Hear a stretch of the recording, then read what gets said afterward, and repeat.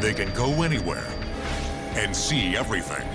You can run, but you're only going to go to jail tired. They can bring death from above. The most devastating killer for ground force commanders. Or they can be an aerial lifeline.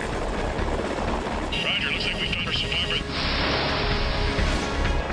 They're heavy lifters and firefighters. Start your pre-flight checks and buckle in, because now it's helicopters on Modern Marvels.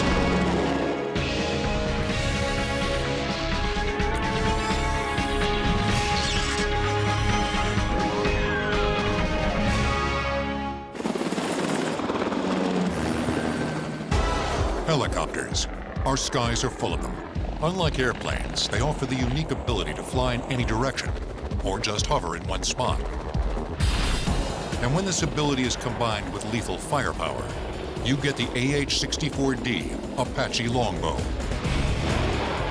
the deadliest helicopter in the world. At the U.S. Army's Fort Rucker in Alabama,